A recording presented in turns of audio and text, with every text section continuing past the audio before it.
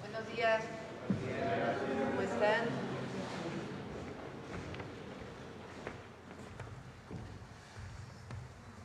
Buenos días. Hoy nos acompaña la secretaria de Energía. Siéntense, por favor, Luz Helena González. Nos acompaña Víctor Rodríguez Padilla, director general de Pemex.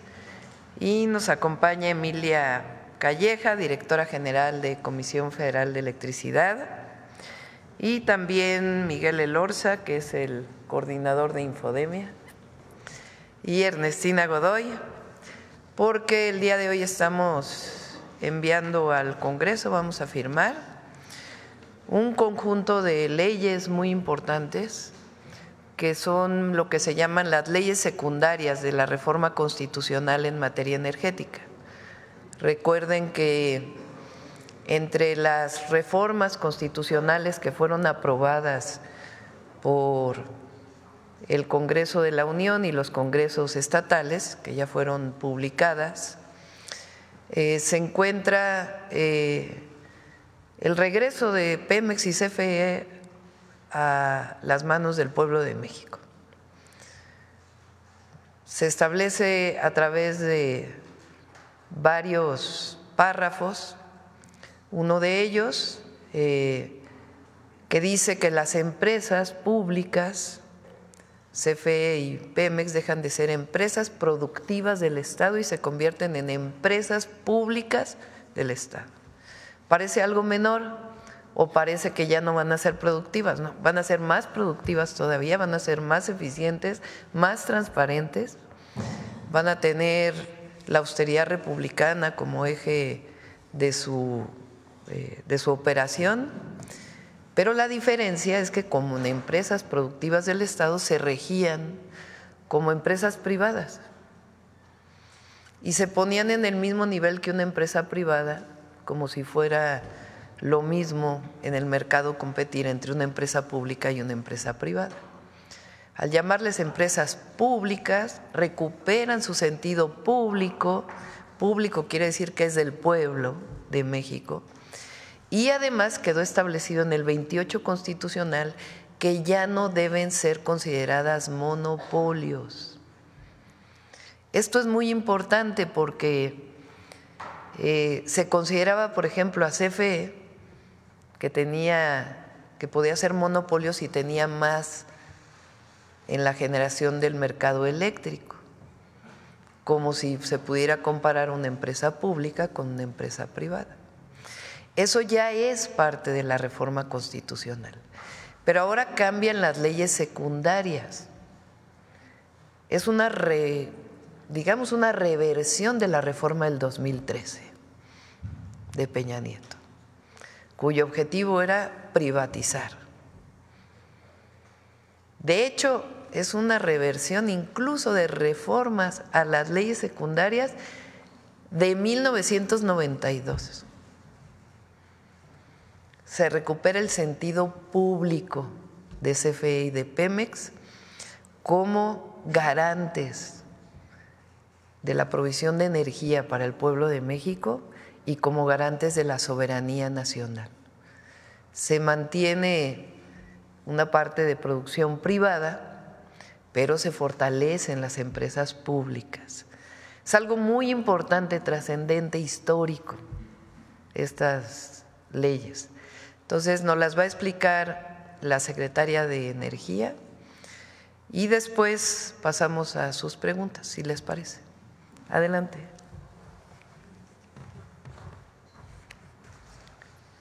Con su permiso, Presidenta. Muy buenos días a todas y todos. Hoy presentamos, como informa la Presidenta, las leyes secundarias en materia energética que complementan las reformas constitucionales en áreas y sectores estratégicos. Estas reformas dan continuidad a los esfuerzos iniciados en la administración pasada, cuyo objetivo es recuperar la soberanía energética en beneficio del pueblo de México, bajo la convicción de que la energía es un insumo estratégico para el bienestar de la gente y el desarrollo del país y no una mercancía más. Y representan la reversión de reformas, de todas las reformas neoliberales que se implementaron desde 1992 en este sector y que tenían como objetivo la desaparición de las empresas públicas del Estado y la privatización sin control del sector energético. Estas reformas, podemos decir, este paquete de reformas secundarias son la base que faltaba para garantizar un sector energético fuerte, confiable, sustentable, pero teniendo como centro la soberanía nacional y la justicia social. Este paquete de reformas, en este paquete de reformas legislativas se incluyen 6 leyes principales y la armonización de otras 5 más. Se expide la ley de la empresa pública del Estado Petróleos Mexicanos, la ley de la empresa pública del Estado Comisión Federal de Electricidad, la ley de planeación y transición energética, la ley del sector eléctrico, la ley del sector hidrocarburos y la ley de la Comisión Nacional de Energía. Se retoma la planeación desde el Estado. Gracias a estas modificaciones, podremos contar nuevamente con instrumentos de planeación seguros y vinculantes de mediano y de largo plazo para coordinar e impulsar y regular el desarrollo del sector y también la transición energética. Se expide la Ley de Planeación y Transición Energética como mecanismo rector, donde se reconoce la importancia del sector hidrocarburos en la transición y no solo la del sector eléctrico como ocurría anteriormente. Se simplifican los instrumentos y se fortalecen a su vez en términos de planeación, reduciéndose de 15 a 6, teniendo como base, por supuesto, el Plan Nacional de Desarrollo y sus objetivos fundamentales de bienestar de la población. Se establece la estrategia, el programa sectorial de energía, se retoma la conformación del Balance Nacional de Energía, se hace el plan de transición energética, el plan de desarrollo del sector eléctrico y el plan de desarrollo del sector hidrocarburos. Y muy importante, se reconoce por primera vez el concepto de justicia energética para reducir las desigualdades en el acceso y en el uso de la energía, garantizando los recursos para la atención prioritaria de la población más vulnerable de nuestro país. Y se crea también el Sistema Nacional de Información Energética en la CENER y un Consejo de Planeación Energética como órgano supremo de coordinación. Como lo ha mencionado la presidenta, esta reforma evita la privatización que fomentó la reforma de 2013. Con estas reformas, lo más importante es que se devuelve Pemex y CFE al pueblo de México como empresas públicas. Dejan de ser empresas productivas, no así van a disminuir en términos de productividad y de eficiencia, simplemente dejan el concepto de privatizadas, de empresas privatizadas, y se devuelve al pueblo de México como empresas públicas para beneficio de la nación, es decir, se evita la privatización. Se determina que las actividades que realicen estas dos empresas del pueblo de México nunca pueden ser consideradas monopólicas, como actividades monopólicas, pues cumplen la función social de proveer servicios públicos estratégicos para toda la población y todos los sectores. Esta reforma, también con esta reforma, desaparecen las subsidiarias, que eran empresas privadas dentro de las empresas de CFE y de Pemex. En el caso, por ejemplo, de Pemex se contaba con 3 empresas subsidiarias y casi 50 empresas filiales, donde Pemex tenía diferentes tipos de participación y donde el control de la empresa era prácticamente, era muy complicado de realizar. Y en el caso de CFE desaparecen las 9 empresas subsidiarias que también se comportaban como empresas privadas independientes y las 4 filiales y las 4 filiales que tenían. Esto quiere decir que con la reforma se permite volver a integrar a Pemex y a CFE horizontal y verticalmente, terminando con la absurda, estricta separación legal que les impuso la reforma de 2013 y que obstaculizaba su operación eficiente en favor de todos los mexicanos. Asimismo, se les da un régimen especial para el manejo de su presupuesto, su contabilidad y su deuda, es decir, se facilita su operación y se fortalece el principio de austeridad dentro de las empresas con lineamientos y metas anuales específicas. En el caso de la ley del sector eléctrico, como mencioné, se reconoce por primera vez el concepto de justicia energética para reducir desigualdades en el acceso y uso de la energía. Se reconoce que la esencia de la CFE y de Pemex es cumplir con su responsabilidad social, pero también se garantiza la continuidad, accesibilidad, seguridad, confiabilidad, tanto del sistema eléctrico nacional como de la provisión de hidrocarburos y de gas natural.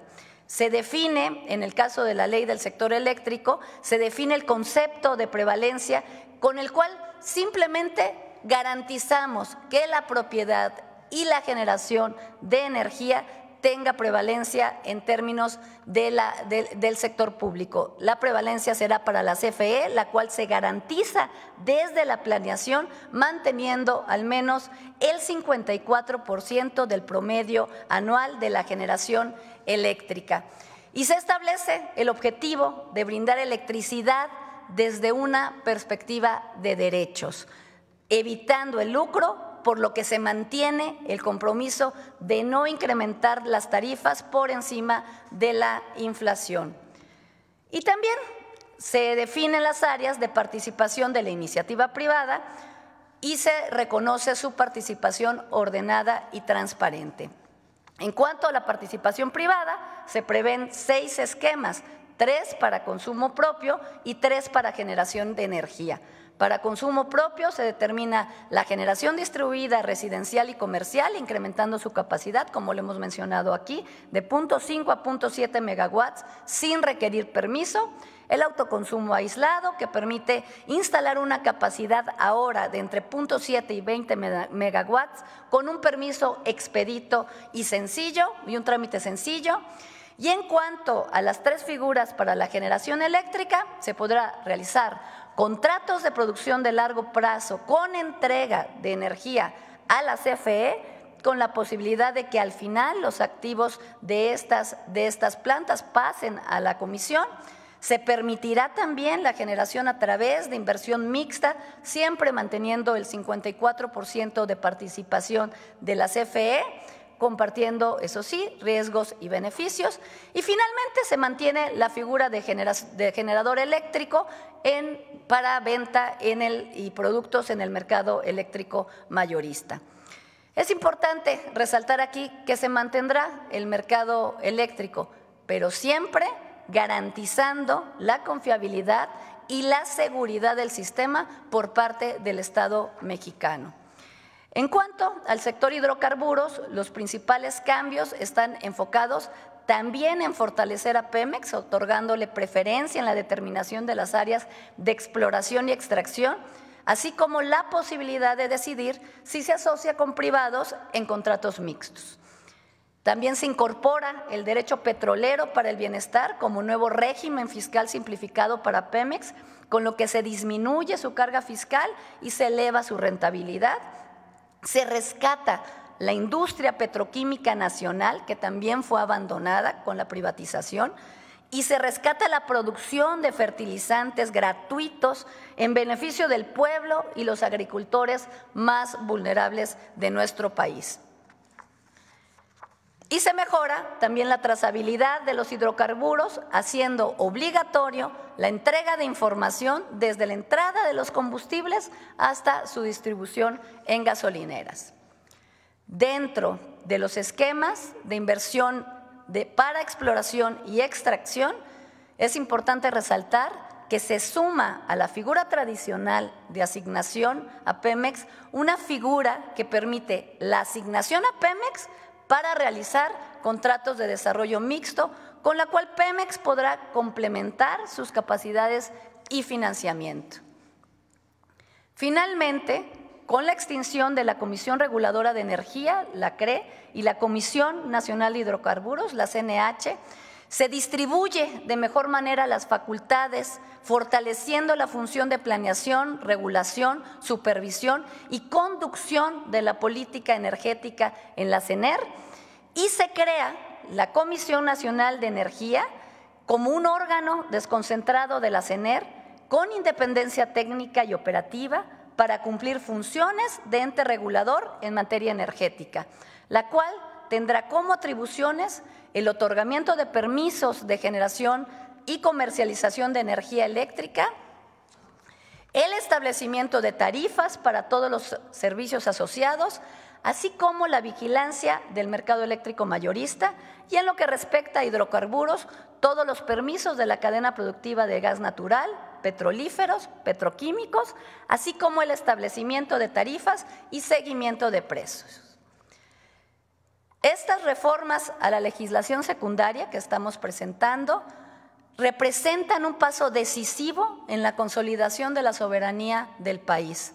Son reformas que benefician a todos, benefician principalmente al pueblo de México, pero también fortalecen al Estado y benefician a todos los sectores productivos.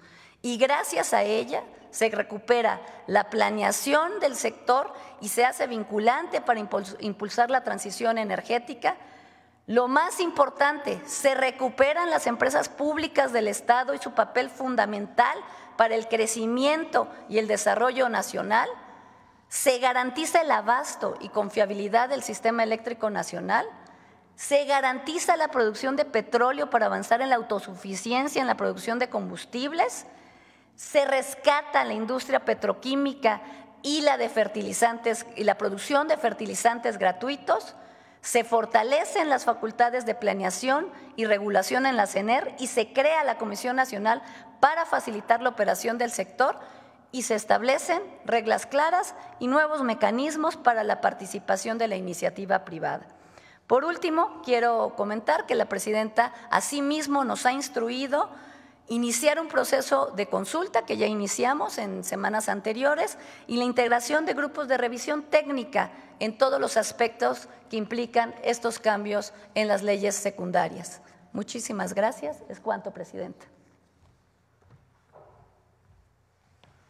¿Firmamos de una vez?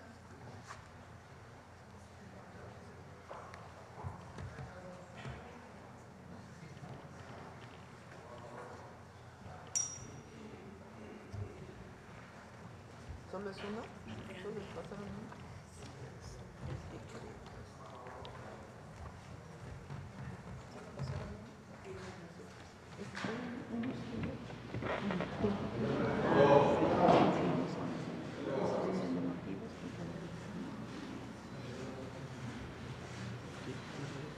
Vénganse para acá.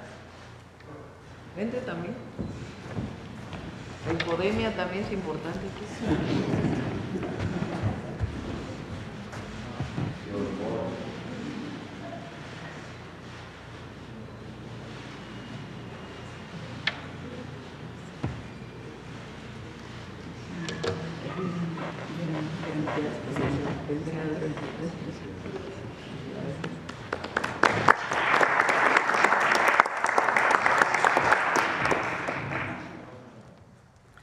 Pues esta es la información.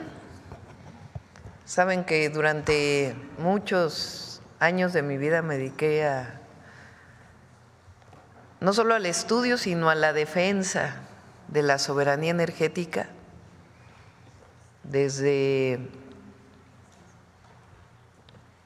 quizá desde el 92, que vinieron las primeras reformas a la ley del servicio público de energía eléctrica.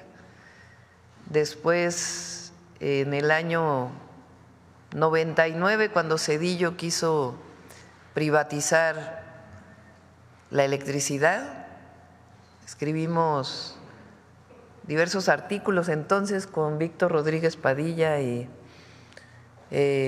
un gran ingeniero nacionalista, reconocido nacional e internacionalmente, que ya falleció, el ingeniero Viqueira, Jacinto Viqueira.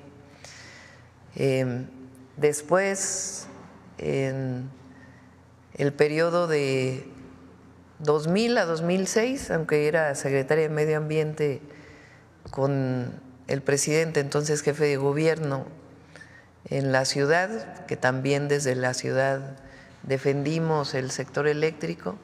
En el 2008 con las Adelitas del Petróleo, que coordinamos aquel movimiento de brigadas de mujeres para defender la ofensiva privatizadora de Calderón. Después, en el 2013, que vino esta reforma tan regresiva de Peña, donde el objetivo era privatizar todo, que además ni siquiera funcionó. Era un sentido ideológico y ordenado desde el exterior. En aquella época hubo movilizaciones en la Cámara de Senadores primero, ya se había firmado el Pacto por México, donde pues todos los partidos políticos habían firmado la entrega, y entonces empezaba a formar Morena.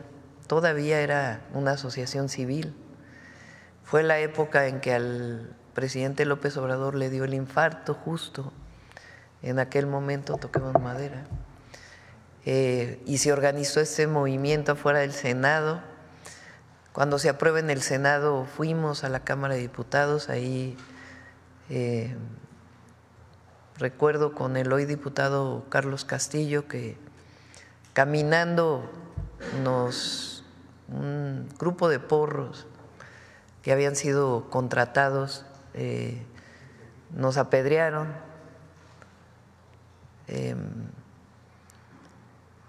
Y después pues se consumó la reforma energética y no dio ningún resultado. Decían que ya no se iba a endeudar Pemex, lo endeudaron a más del doble. Decían que iba a aumentar la producción de petróleo, solo cayó la producción de petróleo. En la electricidad dijeron que gracias a eso iba a mejorar Comisión Federal de Electricidad, pero Comisión Federal de Electricidad dejó de producir electricidad hasta convertirse prácticamente en el 15% de todo el mercado eléctrico o de toda la generación, hasta que llegó en el 18 el presidente López Obrador, se fortaleció Pemex, Comisión Federal de Electricidad, se buscó el cambio constitucional, no se logró en aquel entonces. Se hizo un cambio a la ley de energía eléctrica para establecer el 54%, se aprueba la ley y la Corte la echa para atrás prácticamente en todos sus incisos, hasta ahora que en el 2024 el pueblo de México toma la decisión de votar por no solo la presidencia, sino también por la mayoría calificada en el Congreso, Cámara de Diputados, senadores y en la mayoría de los congresos estatales. Viene esta reforma constitucional y ahora pues estas nuevas leyes que sustituyen por completo a las leyes de la reforma del 2013 y establecen un esquema de fortalecimiento de la empresa pública y al mismo tiempo deja participación privada, ordenada, transparente, sin los mecanismos de antes, cuyo objetivo era privatizar absolutamente todo. Eso va a permitir, además de la recuperación de la soberanía, del mejor funcionamiento de CFE y de Pemex y del reconocimiento de empresas públicas, es decir, del pueblo de México y de la nación, va a permitir cumplir con el Plan México, porque va a haber disponibilidad de energía, va a haber disponibilidad de la transmisión, hay mecanismos claros de financiamiento público y la participación privada queda normada, transparente, establecida como un porcentaje, en el caso de la electricidad, en 46%, bajo diversos esquemas muy transparentes, pero siempre con la rectoría del Estado. Entonces, realmente es una reforma muy profunda de la cual pues nos sentimos muy contentos porque estamos dando viabilidad al país a futuro, al pueblo de México y la garantía de la justicia energética y al mismo tiempo la garantía de que haya energía suficiente y a costos accesibles para el desarrollo del país. Entonces, quiero felicitar además al equipo de la Secretaria de Energía, al director de Pemex, a la directora de CFE, a la consejera jurídica. Fue un trabajo de muchos meses, de trabajo interno y también de consultas con distintas personas que llevan mucho tiempo dedicadas al tema de la energía y están muy bien pensadas, muy bien definidas y van a ser pues muy bueno para el país. Entonces, no digo todo esto porque me da mucho gusto, porque es parte de no solamente nuestra historia como movimiento político, social, sino también pues parte de una historia personal de lucha por la defensa de la soberanía energética. Bueno, pues pasamos a las preguntas si no tienen otra cosa. A ver, por acá. Gracias, presidenta. Buenos días. Soy Jorge Saldaña, del periódico La Orquesta MX de San Luis Potosí. Contentos por primera vez participar y le agradecemos. Este anuncio me llama mucho la atención los conceptos de justicia energética y que entiendo tienen una visión social y de oportunidades para los mexicanos y que va de la mano con el desarrollo también de esquemas y de planes de inversión, ¿no? Inversión extranjera. En esta rectoría del Estado va mi pregunta. Se ha anunciado en últimas fechas, lo conocemos por usted, inversiones extranjeras millonarias, ¿no? Amazon, Nestlé y una que se me va el nombre, pero que es de equipamiento médico que también viene a invertir en México. Quiero poner solo como ejemplo a San Luis, sé que pasa en otros estados. San Luis tuvo una cifra histórica de $2,000 millones de inversión extranjera. Fue récord. Sin embargo, su gran mayoría de estas empresas se instalan o están por instalarse en la zona metropolitana, evidentemente, porque tienen esa capacidad de generación energética. En contraste, hay otras zonas, igual en el Altiplano, Potosino, la Huasteca y otros estados, donde no pueden ofrecer estas mismas condiciones y por eso pues, se cierra un poco la oportunidad de que vengan empresas a generar empleo y detonen empleo en esas áreas, ¿no? Mi pregunta va por ahí. ¿Está contemplado en estas leyes secundarias encontrar las vocaciones de cada zona? ¿Habrá una valoración? Y si esto va también de la mano en la inversión de la infraestructura, ¿no? Porque a veces es hasta complicado llegar, ¿no? A los lugares, mucho menos existen las capacidades de voltaje, etcétera, de gas natural, de electricidad. Y bueno, con ello se pierden oportunidades, ¿no? No se tienen las condiciones para dotar de energía y se impide que las empresas se instalen, se quedarían, digamos, fuera de esta paridad de que se trata con estas nuevas leyes secundarias. A mí me gustaría preguntarle si está contemplado y si en los estados como San Luis y como otros, esta justicia y esta nueva rectoría energética que usted está anunciando, pues nos podría dar mayores oportunidades para que no solamente tengan las bondades de materia prima, sobre todo ahora que los migrantes, se espera un regreso de migrantes, pues tengan las oportunidades de emplearse en empresas y en industrias que se puedan colocar no solamente en las zonas metropolitanas, sino también llevarlo al centro, a los centros de trabajo donde más se necesitan. Esa es mi pregunta. A ver, Luz Helena no explicó por qué no ponen la gráfica de la inversión.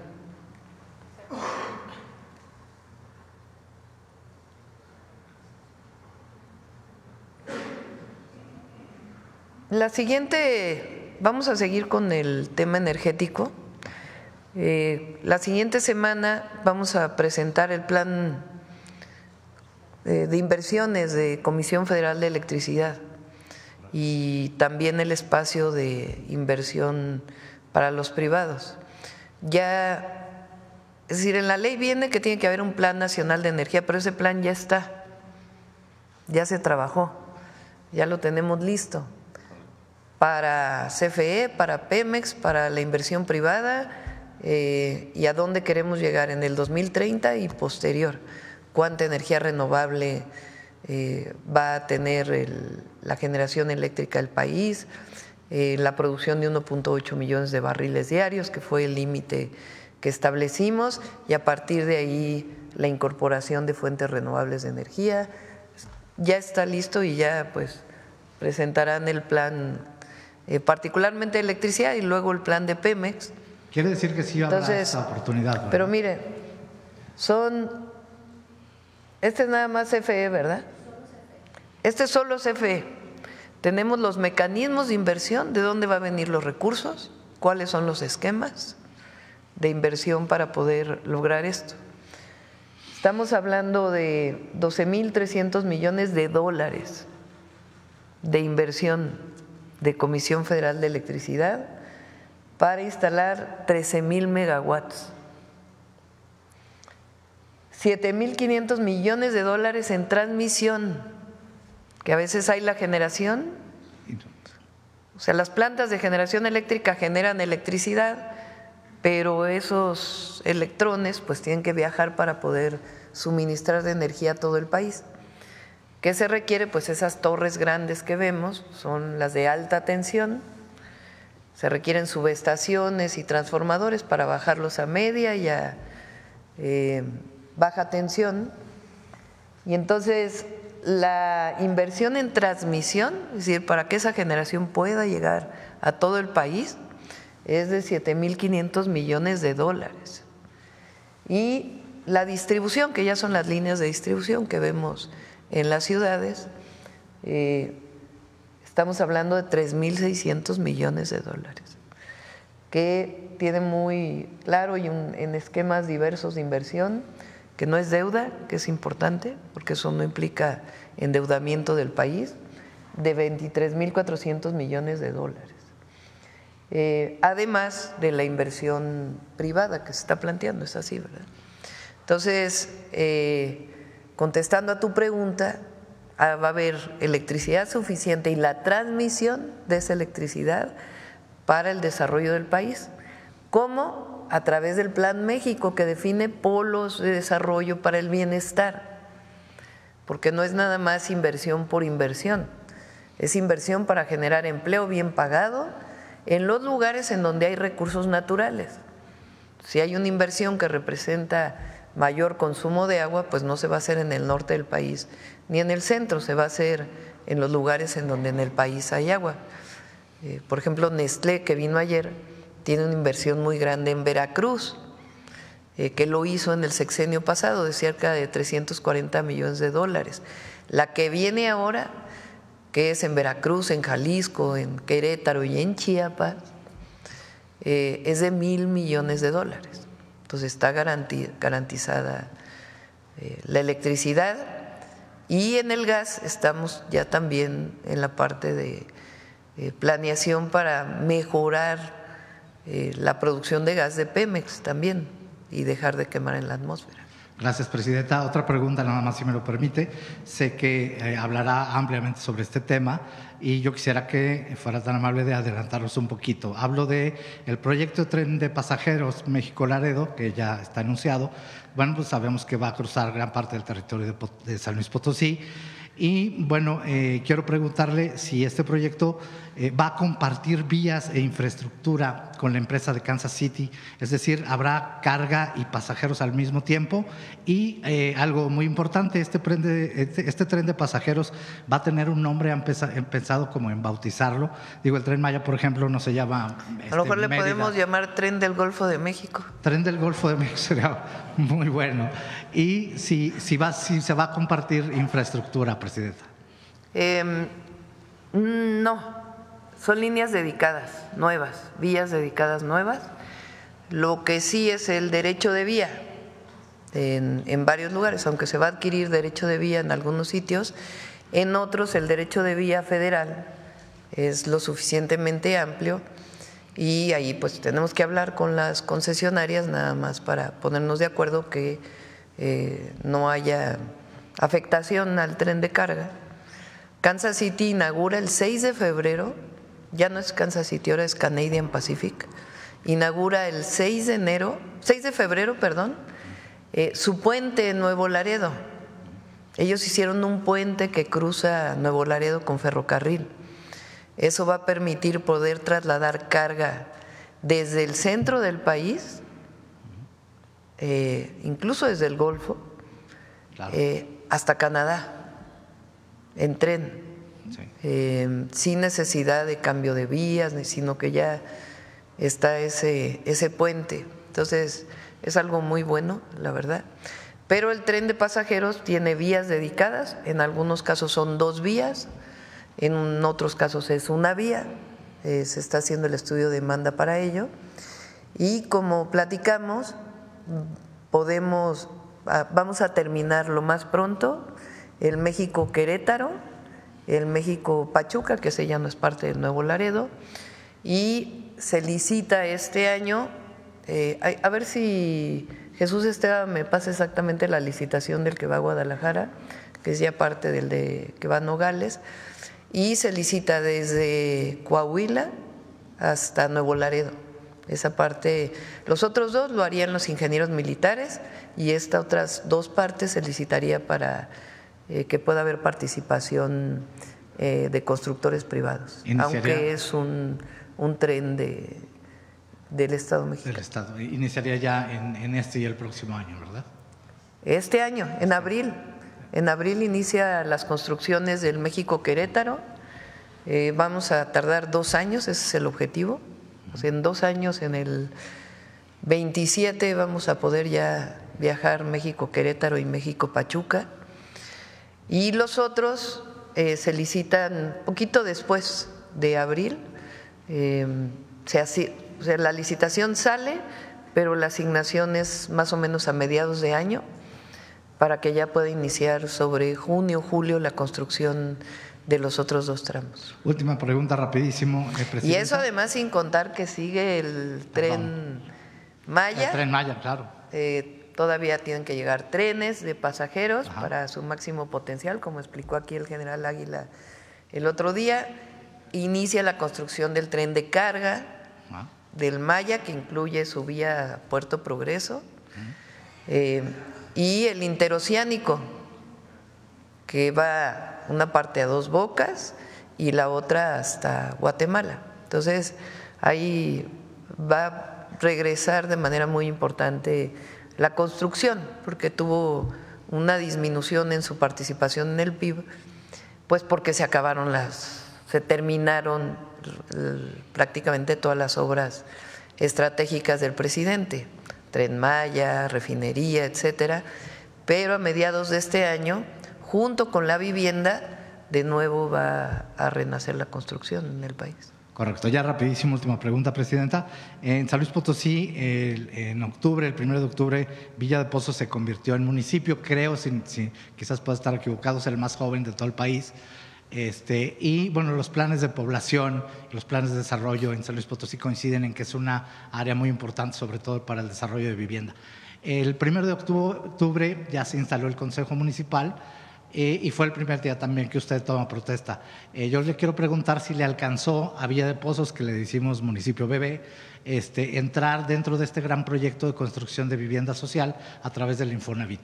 Se decide, los lugares en donde se va a construir es un acuerdo con gobernadores y presidentes municipales.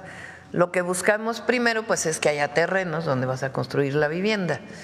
Entonces, para el primer lugar de esos terrenos, pues son terrenos que ya son terrenos nacionales, aptos para la construcción de vivienda, terrenos estatales o terrenos municipales. Entonces, ahí se define pues la primera parte.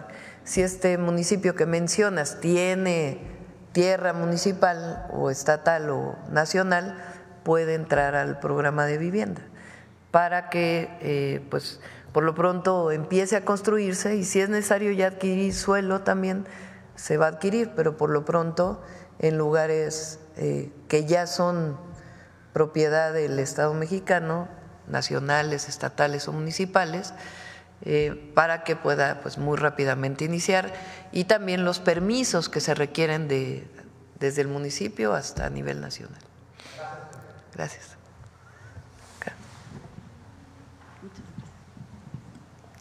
Buenos días a todos, buenos días, Presidenta. Elia Cruz de la Hoguera.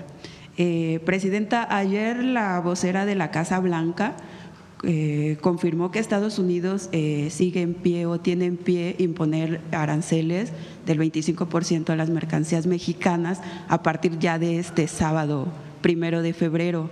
Yo le preguntaría, Presidenta, ¿cuál es la estrategia que México tiene para enfrentarlo, o si ya existe diálogo para evitar que esto ocurra? Sí, no creemos que vaya a ocurrir, la verdad. Y si ocurre, también tenemos nuestro plan. Ya lo informaremos. ¿Y cuál sería el plan, Presidenta? Ya lo informaría en su momento, pero no creemos que vaya a ocurrir. Como les digo, hay conversaciones, hay diálogo, entonces no creemos que vaya a venir esta definición de los aranceles, pero también ya estamos preparados. ¿Quién está sosteniendo estos diálogos, Presidenta? A través de la Cancillería. Ok, muchas gracias. Una segunda pregunta. Ayer finalmente la presidenta de Honduras, Xiomara Castro, que que también es la presidenta pre tempore de la CELAC, confirmó que se cancela la reunión que habían convocado de forma urgente, una vez que el desencuentro que hubo del presidente de Colombia, Gustavo Petro, con el presidente de Estados Unidos, Donald Trump. Pero en su comunicado la presidenta hace unos señalamientos que me parecen muy relevantes, porque habla de que unos estados miembros de la CELAC se han apartado de ese objetivo común que tenían de unidad. En ese sentido, presidenta, ¿cuál es la posición de México? ¿Por qué se ha pronunciado México por la unidad, o ha sido de los estados que ella señala, que no dice nombres por supuesto, que se han apartado de ese objetivo común? El canciller va a entrar hoy en comunicación con el canciller de Honduras para conocer por qué la suspensión de la CELAC. Nos enteramos también por el comunicado. Entonces hay que ver cuáles fueron las razones primero, ¿no? Segundo, nuestra posición siempre es la unidad de América Latina y el Caribe. Siempre vamos, es la historia de nuestro país y siempre vamos a buscar esa unidad. Somos socios comerciales con Estados Unidos y tenemos mucha relación con Estados Unidos. De hecho, nuestro objetivo es que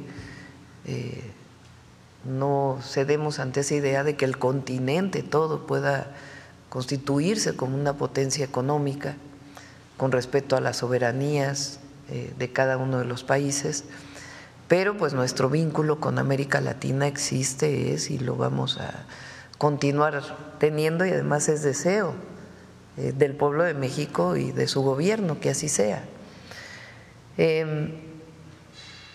La CELAC es un organismo que define sus posicionamientos por consenso. Hay otras organizaciones multilaterales o de varios países que es por mayoría, en este caso es por unanimidad. Entonces, supongo que en esta parte del comunicado que hace la presidenta Xiomara se refiere a eso, a que es difícil tener un comunicado a lo mejor por unanimidad cuando hay diferencias entre algunos países. Entonces hay que ver por qué se suspendió, y siempre además nuestra coordinación, comunicación con particularmente los presidentes progresistas de América Latina, donde hay una gran identidad, pero con toda América Latina también. ¿No ve en esto, presidenta, un alejamiento, un rompimiento quizá del bloque latinoamericano? No, pues hay que ver cuál es la decisión, por qué se suspendió, se pospuso esta reunión de CELAC. Por ejemplo, en marzo pues tiene que haber reunión, sea virtual o presencial. ¿Por qué pasa la presidencia de la presidenta Xiomara al presidente Petro de Colombia? Entonces hay que ver cuál fue, averiguar bien. Siempre decimos, hay que tener la información antes de poder vertir una opinión adicional. Algunos columnistas señalaban que posiblemente se diera esta cancelación porque temían a represalias de Estados Unidos. No, no lo creo, no lo creo. Una última pregunta, presidenta.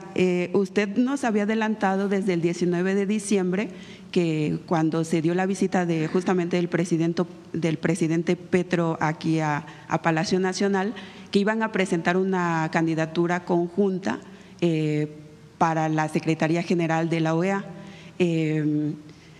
Pero resulta que hasta ahora ya existen dos candidatos, pero solamente dos candidatos a la Secretaría General, que se cambia en mayo, se va Luis Almagro, pero la convocatoria cierra hasta el 3 de febrero, es decir, el próximo lunes, para presentar o impulsar una candidatura a los Estados miembros, México por supuesto. ¿Ya tienen esa candidatura? Usted dijo que iba a ser una mujer. No dijimos que se iba a presentar una candidatura más, sino que tendría que haber un acuerdo para ver a quién se impulsaba, ¿no? Que íbamos a ponernos de acuerdo para ver a quién impulsábamos. Y eso pues lo está definiendo en este momento la Cancillería, hablando con distintos países del continente y del Caribe. O sea que sí sigue en pie antes del 3 de La idea es que febrero, nos pongamos de acuerdo a quién se va a impulsar. Ese es el objetivo. Todavía no tienen un Se perfil está definido. en diálogo con los distintos países. Ok, muchas gracias. Hasta ahora hay 2 candidatos, porque se tienen que conseguir pues la mayoría de los votos de los países que forman parte de la OEA. Entonces se está buscando pues quién podría representar mejor.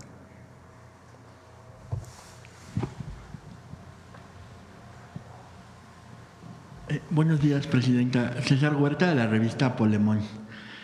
Presidenta, con la llegada de Donald Trump, muchos analistas y opositores vaticinaban un caos para nuestro país, no solo en el plano migratorio, sino también en el económico.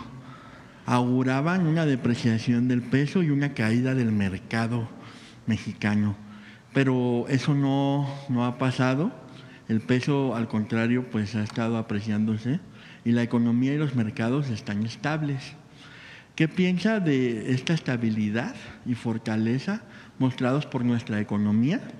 ¿Y qué le respondería pues a estos comentócratas que auguraban y auguran algunos todavía hoy un caos para México con la llegada de Trump a la presidencia de Estados Unidos?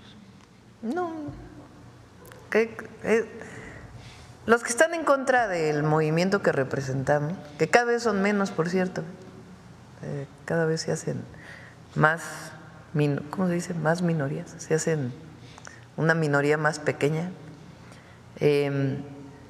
siempre van a buscar un pretexto para decir que actuamos mal o que a México le va a ir muy mal. Y ayer vi en uno de los, lo vi en la red, pero en uno de los noticieros ¿cómo se llama el noticiero del 11 de la noche? Con esta azul. Punto de referencia. Punto de referencia. Que hablaba de una organización, a ver si lo buscan, que reconocía la fortaleza de la economía mexicana, internacional.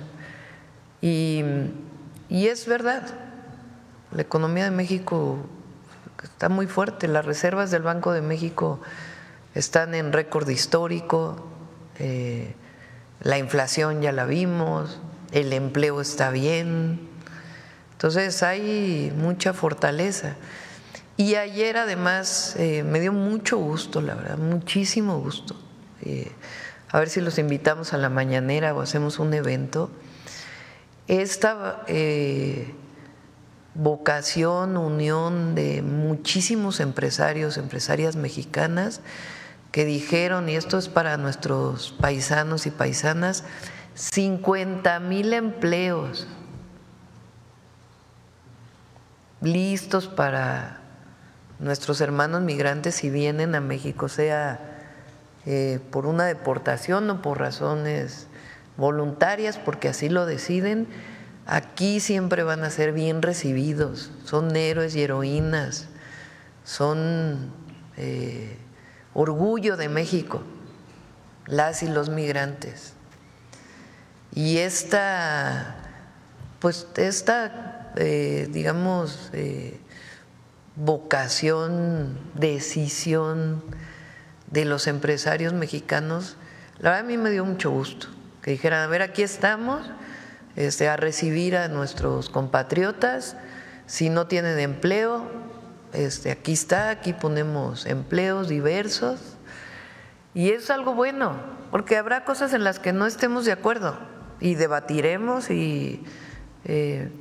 pero en esta ocasión, cuando decimos México te abraza, es que México los abraza,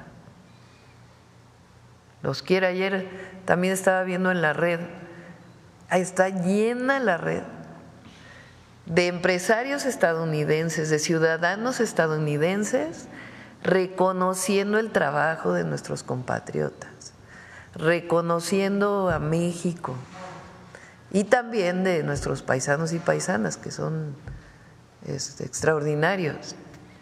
Entonces, la verdad me dio mucho gusto y eso habla pues también de la voluntad que hay. Ayer cuando recibimos a Nestlé y dice, aquí estamos, no nos movemos, son $1,000 millones de inversión para los próximos años en México, que son inversiones además que tienen, Nestlé compra café mexicano, compra leche producida en México, entonces son inversiones que además tienen que tienen impacto muy importante no solamente en los empleos que generan, sino en la derrama económica que esto implica. Entonces, la economía mexicana está muy bien, aunque hay algunos que nunca lo van a reconocer, porque no pueden, pues, está por encima de su voluntad poder decir eso, porque siempre van a apostar a que le vaya mal al país, siempre.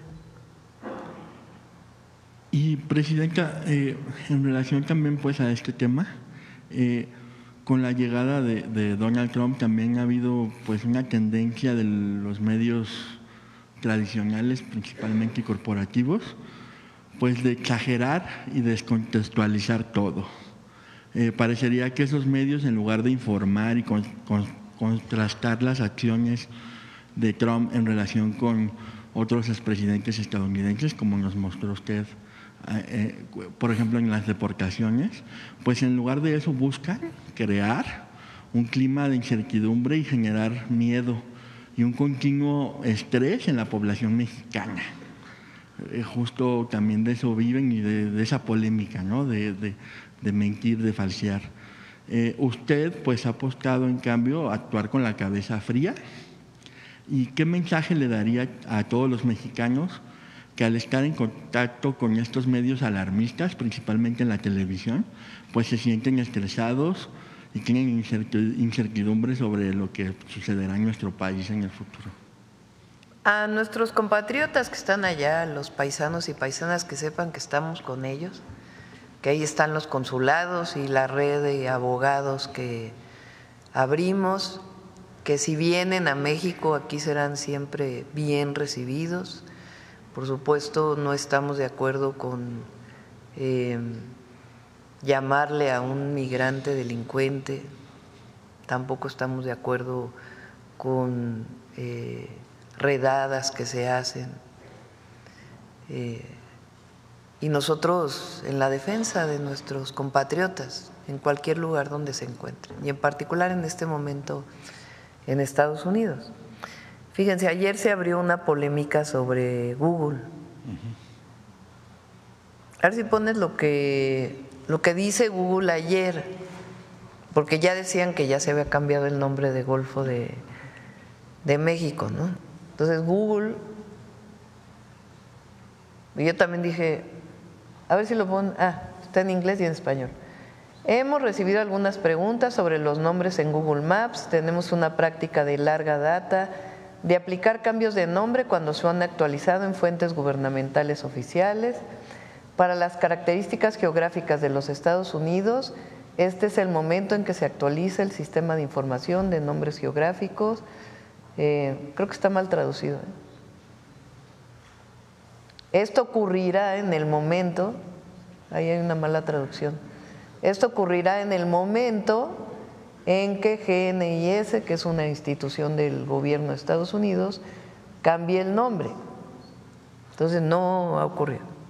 Por cierto, les informo que estamos redactando a través de Cancillería una carta a Google,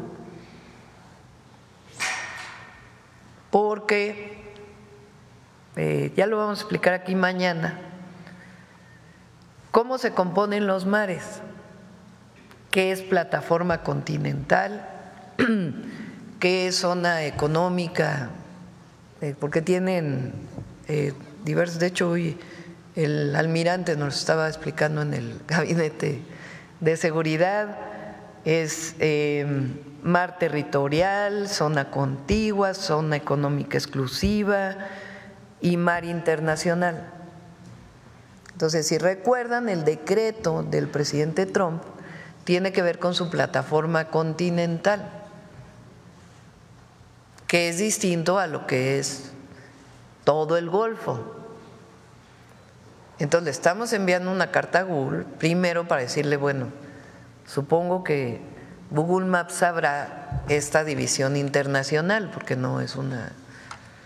Sabrá también qué organismo es el que le pone el nombre a los mares internacionales, mar internacional o alta mar, y que correspondería en todo caso a la plataforma continental.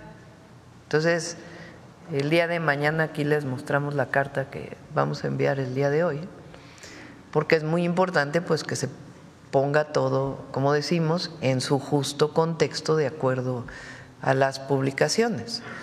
Para poder cambiar un nombre de un mar internacional, pues no es un país quien lo cambia, es una organización internacional. Entonces, estamos enviando esta carta a Google, la vamos a enviar hoy, y mañana, si les parece, explicamos cómo se define esto, ¿no? Porque no puede ser nada más a definición de un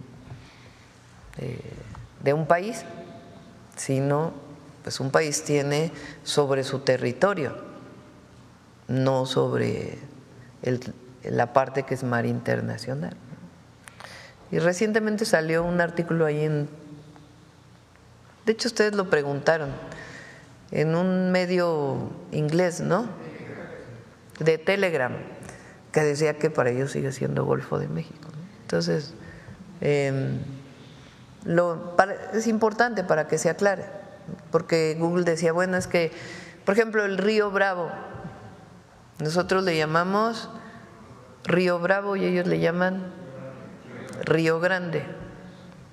Ahí pues hay una nomenclatura distinta, pero aquí pues hay aguas internacionales que tienen un nombre y compartimos plataformas, zonas económicas con Cuba, México y Estados Unidos, en el caso del Golfo de México. Entonces es importante que se conozca y que se explique bien. Presidenta, y por último, preguntarle, después de años de declive en la producción de gasolinas con los gobiernos neoliberales… Y por cierto, también le vamos a pedir que América Mexicana aparezca, que cuando uno ponga América Mexicana aparezca el mapa de la América Mexicana. Sí. Después de años de declive en la producción de gasolinas con los gobiernos neoliberales, Presidenta, pues ayer se informó que Pemex logró en el 2024 un muy buen desempeño con un crecimiento aproximado del 12.8%. Este repunte, ¿qué impacto tiene, Presidenta, en la soberanía energética de nuestro país? Y por otro lado, pues, ¿qué mensaje le daría a quienes criticaron y hasta se burlaron de la estrategia de rescate de Pemex emprendida por el expresidente López Obrador y que pues ahora, como bien vemos, usted ha continuado y fortalecido? Si les parece, el próximo miércoles hablamos de electricidad y el otro miércoles hablamos de petróleo, porque vale mucho la pena que se conozca lo que se hizo en el periodo del presidente López Obrador y lo que vamos a hacer nosotros en los próximos años. Es un fortalecimiento de Pemex muy importante en todos sentidos, en la producción de petróleo, que es una de sus funciones, en la refinación, en la recuperación de la petroquímica y la producción de fertilizantes, Pemex va a participar en el Parque de Economía Circular que vamos a instalar en Hidalgo, que es muy importante porque es, digamos, una nueva visión de la parte sustentable de Pemex.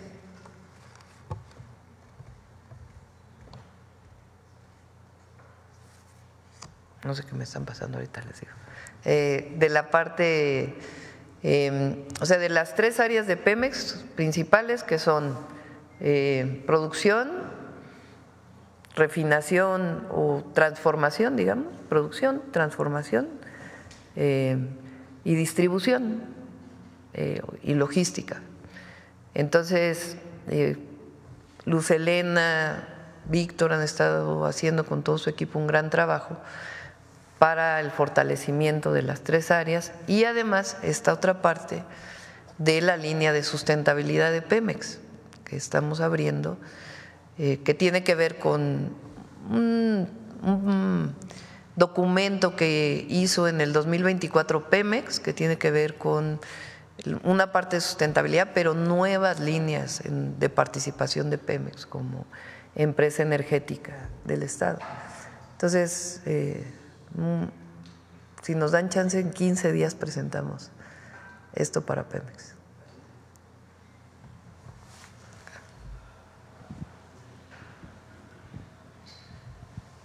Buenos días, Presidenta. Santiago de Llano, de Ecos Media MX.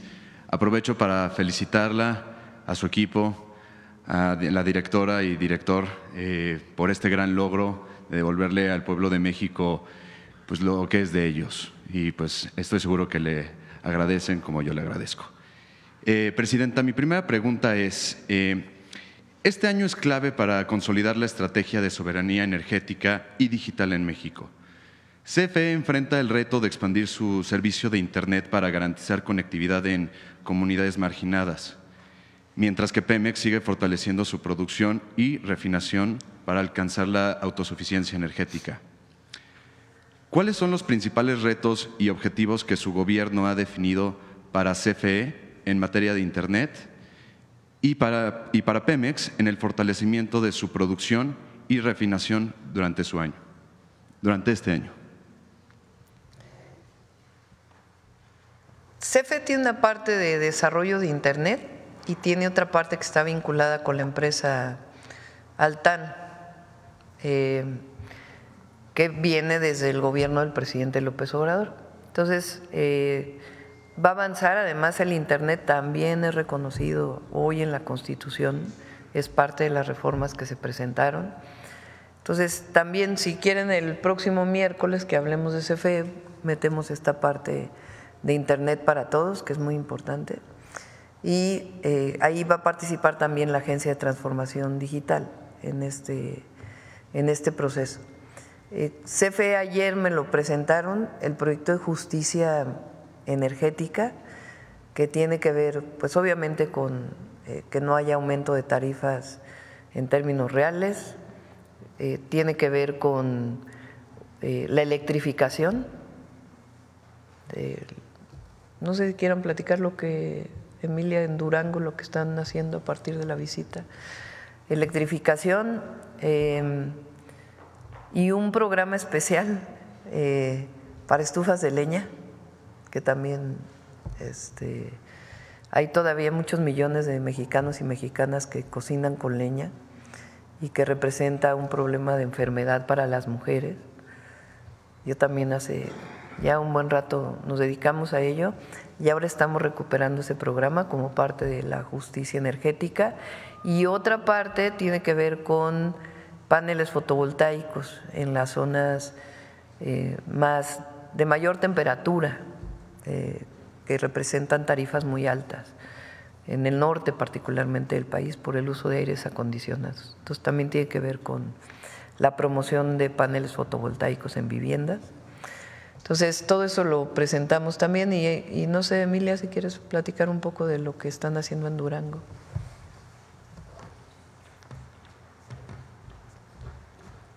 Con permiso. Buenos días. En la zona de Durango, en lo que es el Valle del Mezquital y San Juanico, tenemos un programa donde estamos apoyando a las comunidades huirráricas, por ejemplo, donde estamos electrificando las zonas más apartadas a través de algunos paneles solares, de granjas solares. Se están revisando las instalaciones que se hicieron en la administración anterior, dándoles mantenimiento, y asimismo un programa también de sensibilización a la población para que ellos mismos puedan estar revisando todas las instalaciones que ya se tenían. Estamos levantando también un censo en coordinación con el INPI para poder tener la necesidad real y poderlo atender mediante la aplicación de los fondos del FESUE, que es un programa de electrificación universal, en donde estamos cuadrando los datos que tenemos nosotros como CFE dentro de la estadística que tenemos de electrificación, cruzándola contra las necesidades que se están levantando en todas estas zonas, apoyados por los dirigentes de los pueblos originarios para poder tener un censo real y poder plasmarlo en nuestro plan de electrificación, que tiene que ver con la instrucción que recibimos de la presidenta para poder atender esta parte de justicia energética y llevar la electrificación a través de la CFE y de la Secretaría de Energía con un plan de 4 años para poder lograr una electrificación del 99.9%. Gracias. Mi segunda pregunta, Presidenta, es, en el desarrollo de Olinea y el Plan Sonora, México tiene la oportunidad de no solo ensamblar, sino también diseñar semiconductores, especialmente los de más de 65 nanómetros. Esto es clave para la industria automotriz y tecnológica. ¿Se contempla que parte de estos semiconductores sean diseñados y desarrollados en México? Y si es así, ¿qué estrategias impulsará su gobierno para fortalecer nuestra soberanía tecnológica en este sector? Estamos trabajando con la Secretaría de Ciencia, Humanidades, Tecnología e Innovación, con 2 instituciones principalmente, o 3 instituciones, con el INAOE, con el CINVESTAB, con la UNAM, para instalar un centro de diseño de semiconductores. Este centro de diseño de semiconductores tiene el objetivo de diseñar, tal cual lo dice su nombre, semiconductores para la producción nacional. Ya en su momento que esté el diseño, que esté patentado, pues con su vínculo con con empresas privadas o públicas. Ayer, por ejemplo, tuvimos una reunión con Santiago Nieto, que está en el INPI, y con Marcelo Ebrard en Economía, el equipo de Educación y de Ciencia y Tecnología, porque queremos hacer una modificación a la manera en que se patenta en México, que lleva muchísimo tiempo. Son casi 4 años para poder sacar una patente. Entonces eso hace que vayan y se patenten incluso inventos mexicanos fuera de México. Entonces estamos revisando esa ley, la ley, algunas modificaciones menores a la Ley de Ciencia y Tecnología, que permita pues promover justamente esto.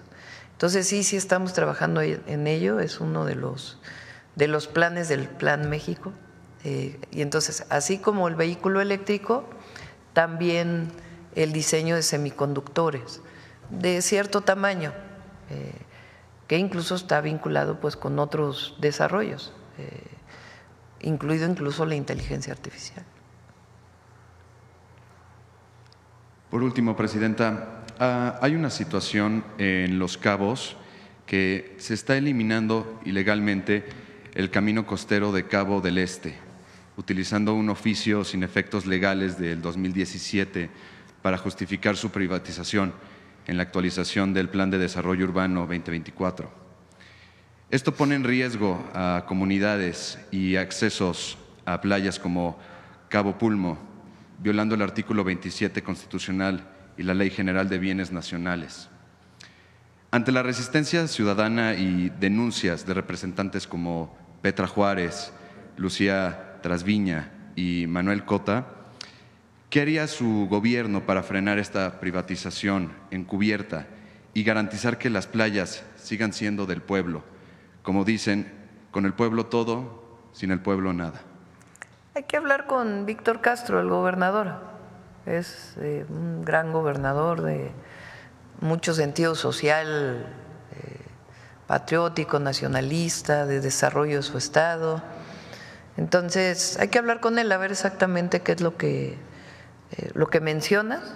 Hablamos con él y con gusto pues buscamos la manera de que, si es así, de que no haya este proceso privatizador.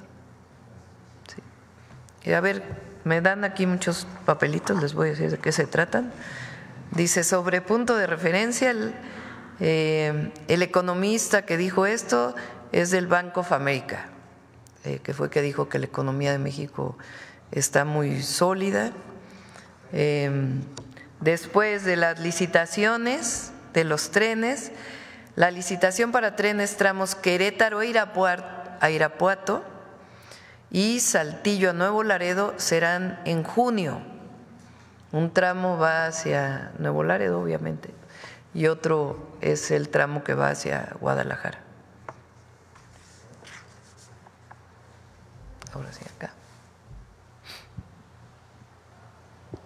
Muchas gracias, presidenta. Rocío Jardines, de W Radio y Teleurban. En primer lugar, preguntarle si en la reunión de seguridad del gabinete del día de hoy le dieron información más detallada sobre el hallazgo de estos 72 cuerpos que han sido en distintas fechas en Coahuila. Saber si ya le dieron información. Sabemos que en Chihuahua, que comenzaron estos hallazgos desde el 18 de diciembre, culminaron en este mes de enero. Dicen que, bueno, tiene un promedio de 10 años de haber sido enterrados, pero saber si ya se identificaron estos cuerpos y realmente son resultado de estos contratiempos de esta pelea que hay de disputas en ese estado, saber si ya le comentaron de qué cárteles, saber un poquito más de esto, presidente.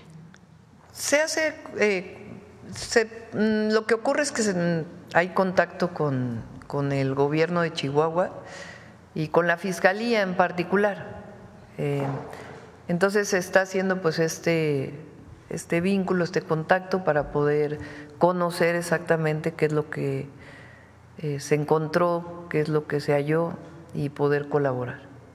¿No le comentaron si realmente sí son resultado de estos peleas, disputas, o si realmente puedan ser migrantes, presidente? Es difícil en un día pues tener esa información, ¿no? Lo que se hace es una investigación, primero forense evidentemente, y ya después con qué hechos estuvieron vinculados.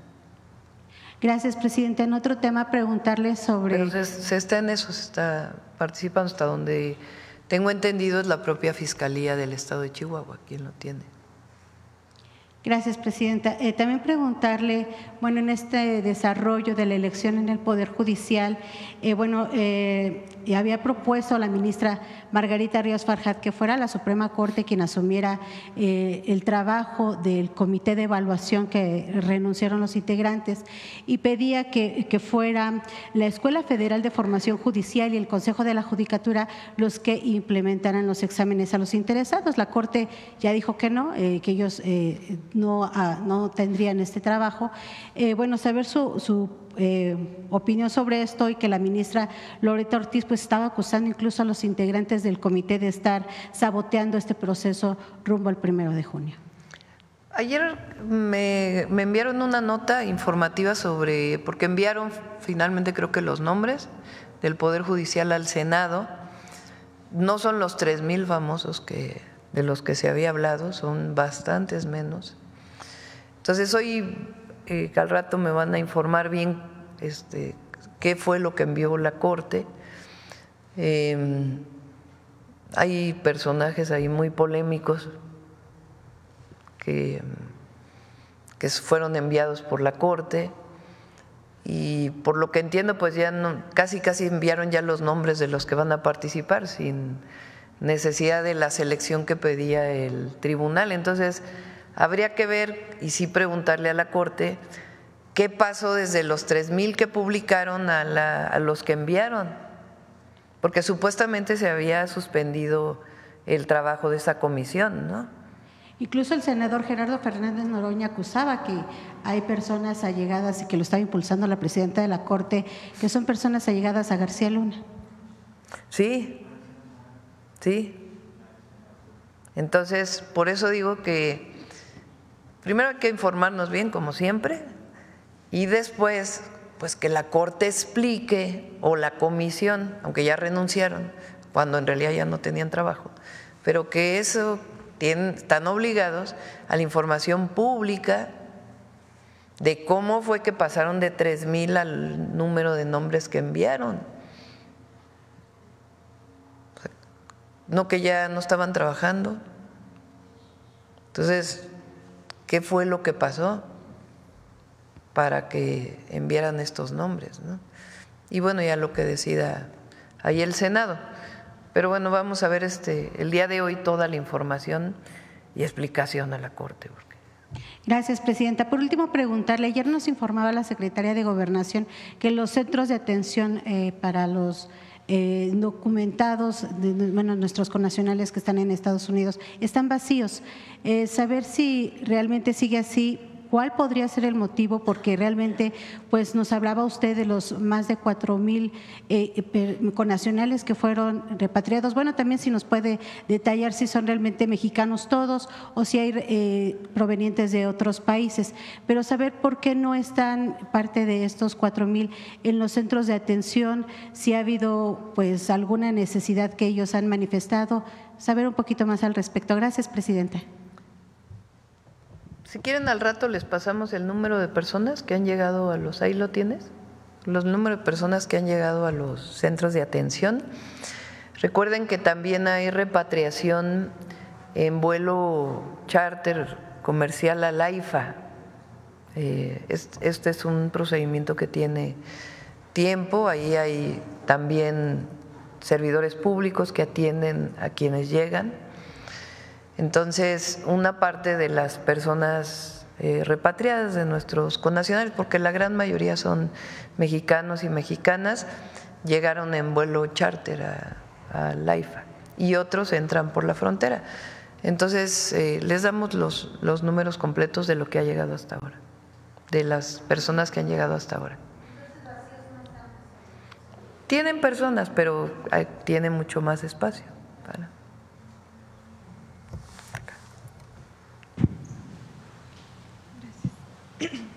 Buenos días, presidenta. Aurora Castillejos, Canal 14 SPR, también Altavoz Radio. Preguntarle, insistirle en el tema energético, ¿qué va a ocurrir con las concesiones que se dieron a grandes empresas en las rondas petroleras en la época del expresidente Enrique Peña Nieto? Saber si se van a revertir los contratos de aguas profundas y aguas someras. Sabemos que en muchas ocasiones se dieron estas concesiones, pero no fueron explotadas. Saber qué va a pasar con eso, mandataria. Sí, lo está revisando Pemex. No, en la Constitución no establece que haya reversión a lo que había antes, pero lo que es cierto es que no están explotadas. Entonces Pemex lo que hace pues es, y dentro de la ley también, pues cuánto tiempo están así para que en todo caso entre Pemex. Otra cosa muy importante es que antes había rondas, digamos, concursos para licitar bloques y Secretaría de Energía definía a quién le tocaba ese bloque. Ahora tiene voto o tiene preponderancia Pemex. Si Pemex levanta la mano, se le da a Pemex. Entonces esa es una diferencia. Pero no sé si ustedes van a definir, ¿no?, sobre estos.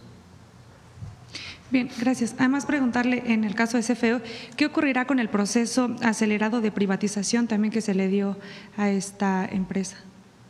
No, pues ese se paró desde la administración del presidente López Obrador y ahora pues se va a fortalecer. Es que, miren, Salinas de Gortari dividió Pemex en subsidiarias. Son 4, ¿no?, subsidiarias. 3 subsidiarias. A ver, ¿por qué no explicas, Víctor?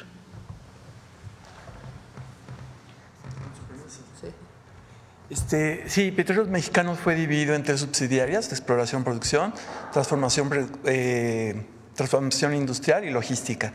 Y además tenemos 40 empresas filiales y 10 participadas, con un total de 50 empresas externas al cuerpo fundamental de la empresa, digamos. Con la reforma que tenemos ahora, que es una reforma muy, muy importante, podemos reintegrar nuevamente a la empresa en una sola, de manera vertical y de manera horizontal, para tener mayor eficiencia, mayor productividad y poder tener todo ese mandato social que nos ha instruido la Presidenta de la República a través de la reforma constitucional, que ustedes saben muy bien que se aprobó en noviembre y que ahorita estamos instrumentando, materializando para poder llegar llegar a los objetivos fundamentales de la política energética. El mandato social de Pemex es muy importante. No somos una empresa cualquiera, somos una empresa del Estado, una empresa del pueblo, con un mandato muy claro de aportación a las finanzas públicas, al desarrollo social, al desarrollo comunitario y al desarrollo territorial y regional. De tal manera que esa integración ahora nos va a permitir poder cumplir con estas metas. Entonces es todo un conjunto que vamos a explicar, como dijo la presidenta, dentro de los próximos 15 días para ver lo que estamos haciendo en términos productivos en las diferentes cadenas y en los diferentes objetivos que se ha propuesto en el Plan Nacional de Energía que encabeza la Secretaría de Energía. Se van a mantener como dentro de la misma empresa, se mantienen, digamos, las cadenas de suministro, exploración, producción, transformación industrial. Ahí vamos a separar en petroquímica, fertilizantes y refinación, y luego seguimos con la parte de la logística. Entonces, pero se mantiene todo dentro de la misma empresa. Víctor daba clases de empresas verticalmente integradas y era parte de su materia que daba, no sé si todavía la das, en el posgrado de energía. Adelante. Una más, presidenta. Ah, sí, perdón. Perdón, nada más preguntarle. Se firma una declaración conjunta entre congresistas estadounidenses y mexicanos en las que se unen contra las amenazas de una acción militar de Donald Trump. Saber, pues, si está enterada de esto al respecto, y al final que se habla también de una unión bilateral entre los congresistas, en la que, por cierto, piden vías de cooperación bilateral para abordar el tema migratorio, prevenir el tráfico de armas y también fortalecer los derechos de los trabajadores en ambos países. Qué bueno que haya esta relación bilateral por el bien de ambos países y de nuestros pueblos. Entonces, me parece muy bien que haya esta relación bilateral. Yo no veo una intervención, la verdad, pero también está bien pues que se manifiesten los congresistas a este respecto, que es muy importante, la defensa de la soberanía o de las soberanías. Finalmente, una precisión. Había anunciado que los programas para el bienestar se van a dar mientras los connacionales tengan esta carta de repatriación. ¿Estos programas van a ser dados o brindados solo en los centros de atención o se van a dar a manera nacional en donde pueden cuando entra un mexicana de vuelta por un mecanismo de deportación, Migración está obligado a darles una carta de repatriación. Con esa carta en los centros de atención pues tienen atención inmediata, se les registra, se les da un papel y después pueden ir al Banco de Bienestar que les quede más cerca de su casa por la tarjeta, porque las tarjetas del Banco de Bienestar, con excepción de la tarjeta que se les da de apoyo de 2,000 pesos para cualquier gasto que tengan adicional al transporte, porque el transporte lo vamos a proveer el principal, que esas no tienen nombre, digamos. En el caso de las tarjetas del bienestar, todas tienen su nombre.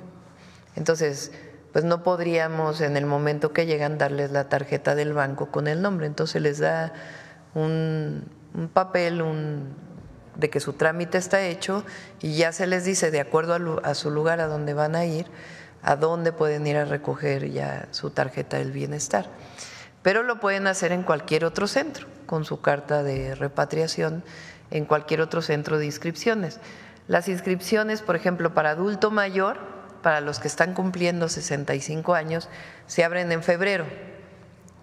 Ahora se están dando ya las tarjetas de los que en el último semestre cumplieron 65 años. Y ahora se abren de nuevo en febrero y creo que se abren cada bimestre, un mes sí, un mes no, un mes sí, un mes no. Entonces también pueden ir a esos centros. A ver, por acá y ya cerramos el…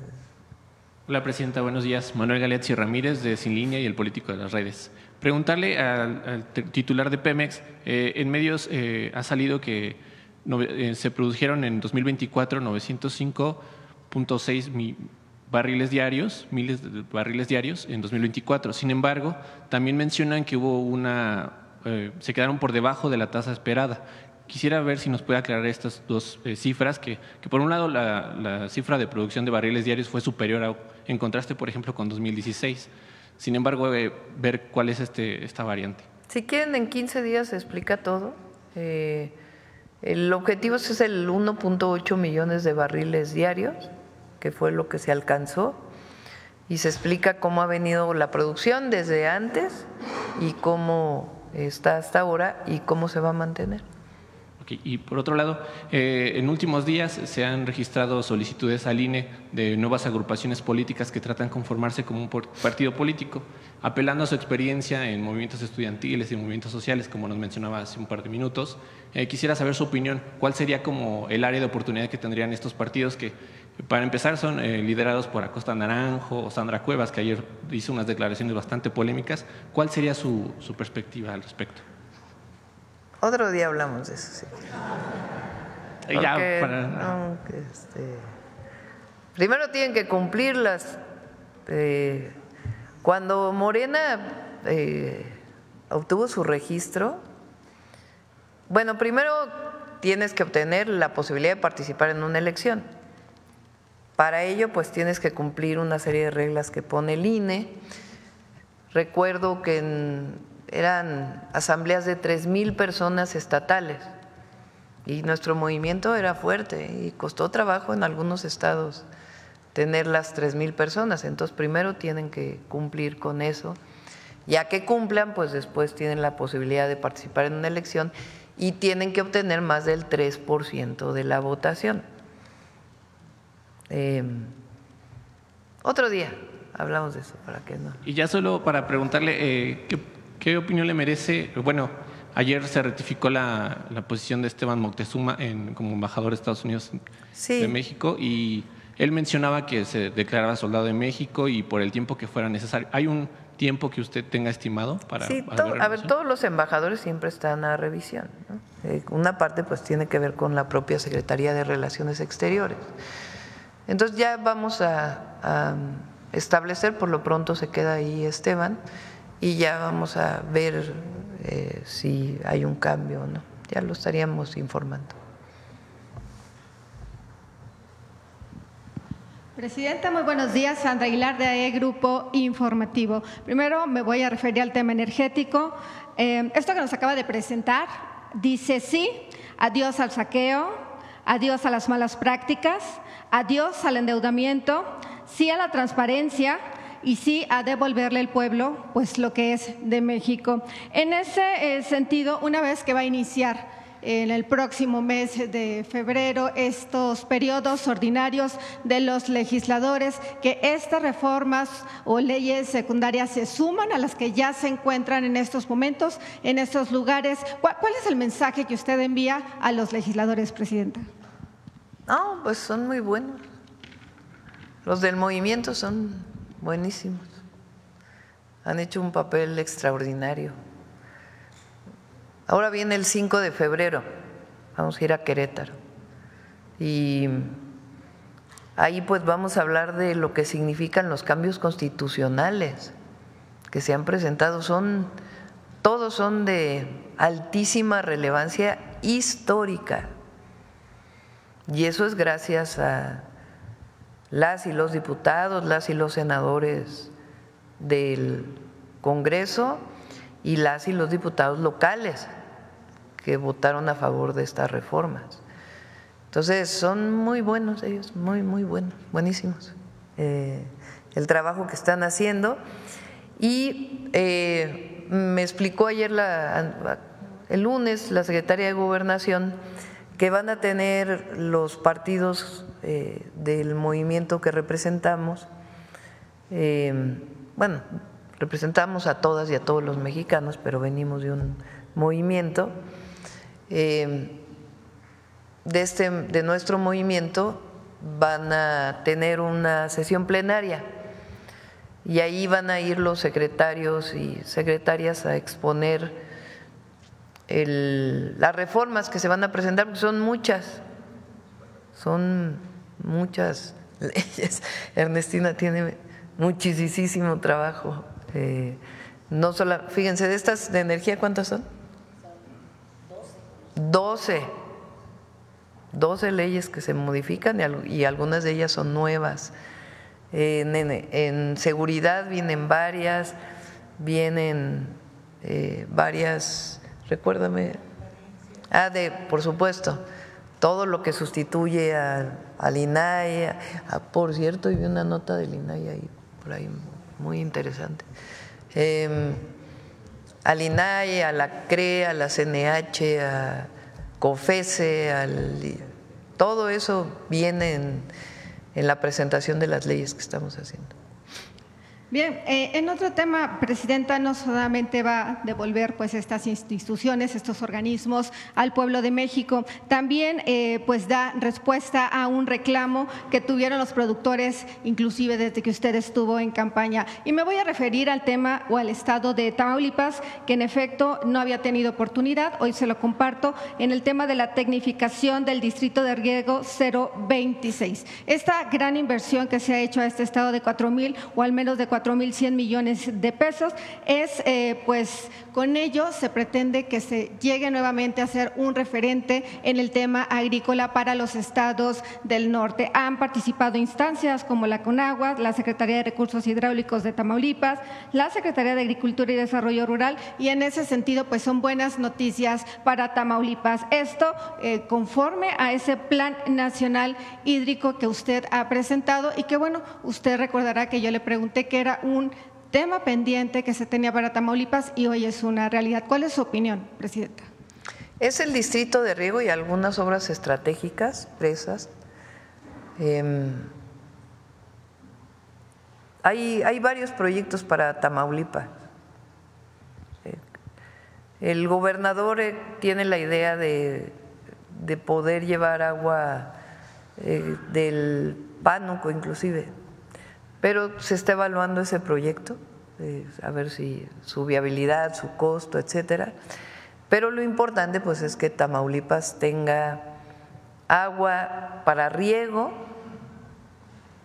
Tamaulipas pues perdió mucha de su producción, primero por todo el periodo neoliberal, pero además porque por razones climáticas y también otros temas con estados vecinos, dejó de recibir agua para una zona muy productiva. Entonces la idea es que el agua que se va a ahorrar del distrito de riego pueda ser utilizada para ampliar, para mayor para ampliar los distritos de riego, para mayor superficie de riego y también para consumo humano.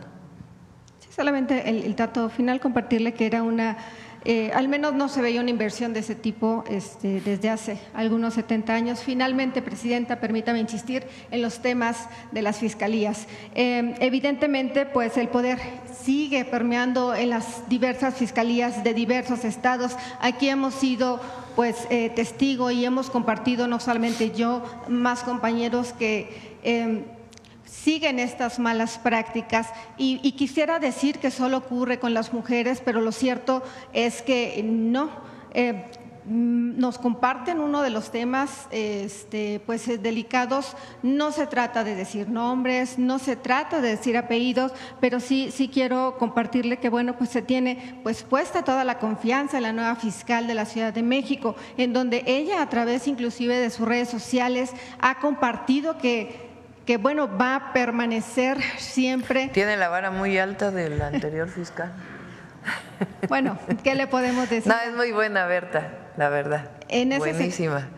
Pero también Ernestina hizo un gran trabajo. En ese sentido quiero compartirles que qué sucede o cuándo se va a poder quitar, desarraigar. No sé si usted ha tenido oportunidad tan solo de entrar a la Fiscalía o lo que conocemos como el búnker de la Ciudad de México. O sea, podemos entrar y realmente todos, en cualquier momento, uno tiene miedo, las mujeres tienen miedo, los hombres también que que no cuentan con ese poder económico, porque no solamente ocurren estos casos en donde menores se ven involucrados, y a este caso que me refiero particularmente se trata de empresas o de un empresario de la construcción importante en periodos neoliberales, en donde su poder económico sigue estando presente ahí.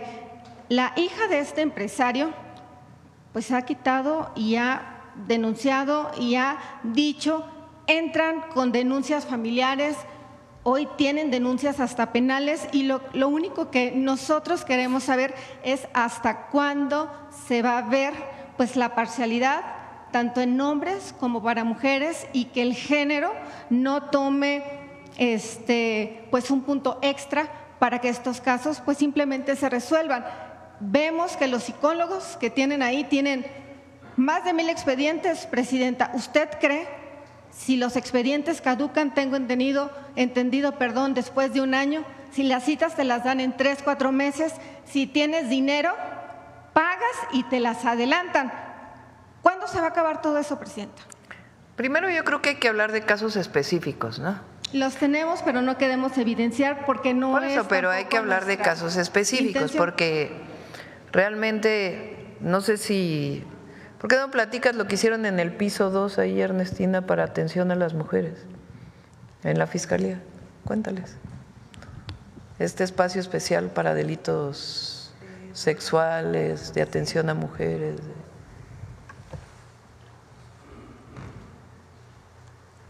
Ya no es fiscal, pero… Gracias, Presidenta. Bueno, lo que hicimos es que esperemos que continúe profundizándose. Efectivamente, como todo el mundo se enteró, hicimos una reestructuración interna de la Fiscalía para que, entre otras cosas, especializar en determinados delitos. En el tema de apoyo a las mujeres, fue una coordinación especial que se hizo especializada en investigación en delitos contra las mujeres. Entre ellos, en esa coordinación se encuentra la especializada en feminicidio, se encuentra la especializada en adolescentes, en niños y niñas, en violencia familiar y sexuales. En el tema de la Fiscalía de Atención a Delitos Sexuales, hubo toda una reestructuración física, incluso en el búnker, primero para evitar que posibles agresores y víctimas pudieran incluso encontrarse.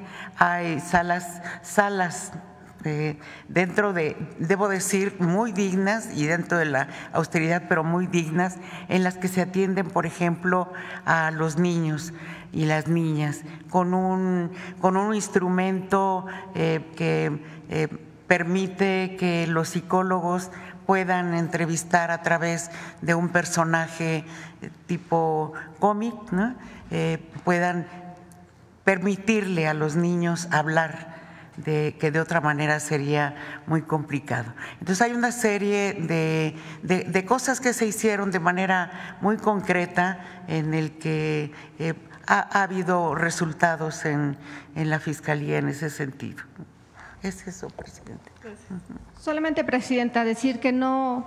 Ahí en los casos donde hay corrupción, no, es que se denuncien, que se presenten, y si los quieren presentar aquí, no abiertamente, que nos los entreguen aquí a Atención Ciudadana para que podamos darle cauce, apoyo a las víctimas, siempre vamos a apoyar a las víctimas, pero sí es importante pues que se digan los casos específicos, porque así como hay instituciones, todas las instituciones siempre hay personas honestas que hacen su trabajo. Entonces, nosotros queremos agradecer, particularmente yo quiero agradecer el apoyo que nos ha brindado, porque en efecto, Presidenta, sí nos brindan la atención, sí dan un seguimiento, pero para serle honesta, cuando se pone complicado los casos, hasta ahí quedan. Solamente preguntarle si a usted pues le dan, pues no un checklist, sino más bien un informe para que usted solamente tenga esa radiografía, esté enterada, y que usted, que tiene el acercamiento con todas estas instancias, en ese sentido pues pueda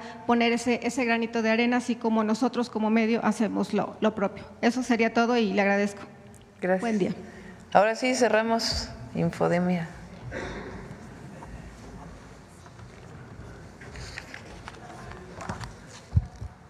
Con su permiso, Presidenta. Buenos días a todas y todos.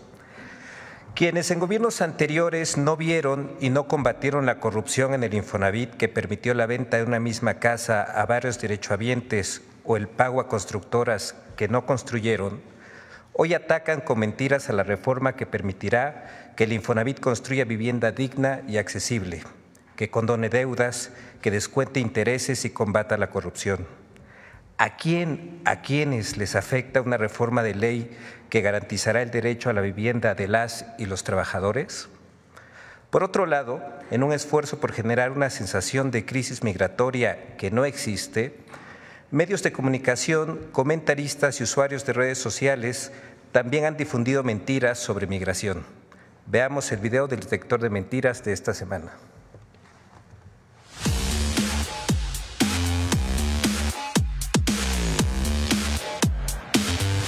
Presuntos permisos para instalar supuestas bases militares en México, falsos despojos a los ahorros de los trabajadores y mentiras sobre migración son algunas de las noticias falsas que el detector de mentiras localizó esta semana. 1. La presidenta Claudia Sheinbaum aceptó convertir México en un tercer país seguro. ¡Mentira! El restablecimiento de los protocolos de protección migratoria por parte de Estados Unidos es una decisión unilateral, a diferencia del acuerdo de tercer país seguro que requiere la firma de un tratado que confirme la disposición de ambas naciones. Mientras el acuerdo de tercer país seguro obliga jurídicamente a un país receptor a aceptar a migrantes, el gobierno de México los recibe en concordancia con el espíritu humanitario de la Cuarta Transformación y no tiene otras obligaciones judiciales que sí tendría si fuera un tercer país seguro, como la responsabilidad de procesar las solicitudes de asilo a Estados Unidos. 2. El gobierno de México cerró albergues y echó a la calle a migrantes. ¡Mentira! Los centros integradores para migrantes están activos desde el año 2019, en concordancia con el Pacto Mundial por la Migración Segura, Ordenada y Regular, firmado por México en diciembre de 2018 en Marrakech, para gestionar los flujos migratorios de forma integral y a escala internacional, un recurso para encontrar el equilibrio entre los derechos de las personas y la soberanía de los estados. 3. El Servicio de Inmigración y Control de Aduanas de Estados Unidos ofrece $750 por aportar información sobre inmigrantes ilegales. ¡Mentira! El 24 de enero de 2025, el Servicio de Control de Inmigración y Aduanas, ICE por sus siglas en inglés, desmintió que ofrezca recompensas por pistas que apoyen a los objetivos de aplicación a la Ley de Inmigración Civil. 4. La presidenta Claudia Sheinbaum dará autorización para instalar bases militares rusas en México. ¡Mentira! Ni el gobierno de México ni la presidenta Claudia Sheinbaum han informado sobre la autorización para la instalación de bases militares rusas en la frontera de nuestro país con Estados Unidos. Además, según el artículo 76 de la Constitución en su tercera fracción, es facultad exclusiva del Senado autorizar el paso de tropas extranjeras por el territorio nacional y la estación de escuadras de otra potencia. Y tampoco el Senado ha informado sobre alguna autorización en ese sentido. 5. El gobierno de México busca robarse los recursos de los trabajadores con la reforma del Infonavit. Hola, soy Jorge Romero, presidente nacional del PAN, y hoy te vengo a contar cómo la reforma al Infonavit, esa que Morena pretende aprobar en el 2025, es un tema gravísimo. Pues estarían quedándose con 2 billones de pesos de tus ahorros. Ahora este gobierno quiere robarte los recursos a ti, trabajadora o trabajador que llevas años ahorrándolo. Ya votó y está a punto de concretar una ley en donde se están llevando ese dinero que es tuyo, para que ellos hagan, en pocas palabras, una empresa constructora a la que solamente a ella le vas a poder comprar vivienda. ¡Mentira! El objetivo de la reforma al Infonavit es erradicar la corrupción, asegurar que el uso de recursos de los trabajadores sea transparente y generar un esquema en el que también participen los desarrolladores privados con el objetivo de garantizar la construcción de vivienda social. El texto de la reforma especifica que en ningún momento implicará el destino de recursos del fondo en beneficio de personas que no sean derechohabientes. Será facultad del Consejo de Administración del Infonavit, compuesto de manera tripartita por representantes del Gobierno de México, de los trabajadores y de los empleadores, decidir sobre las intervenciones que realice el instituto y los financiamientos que obtenga.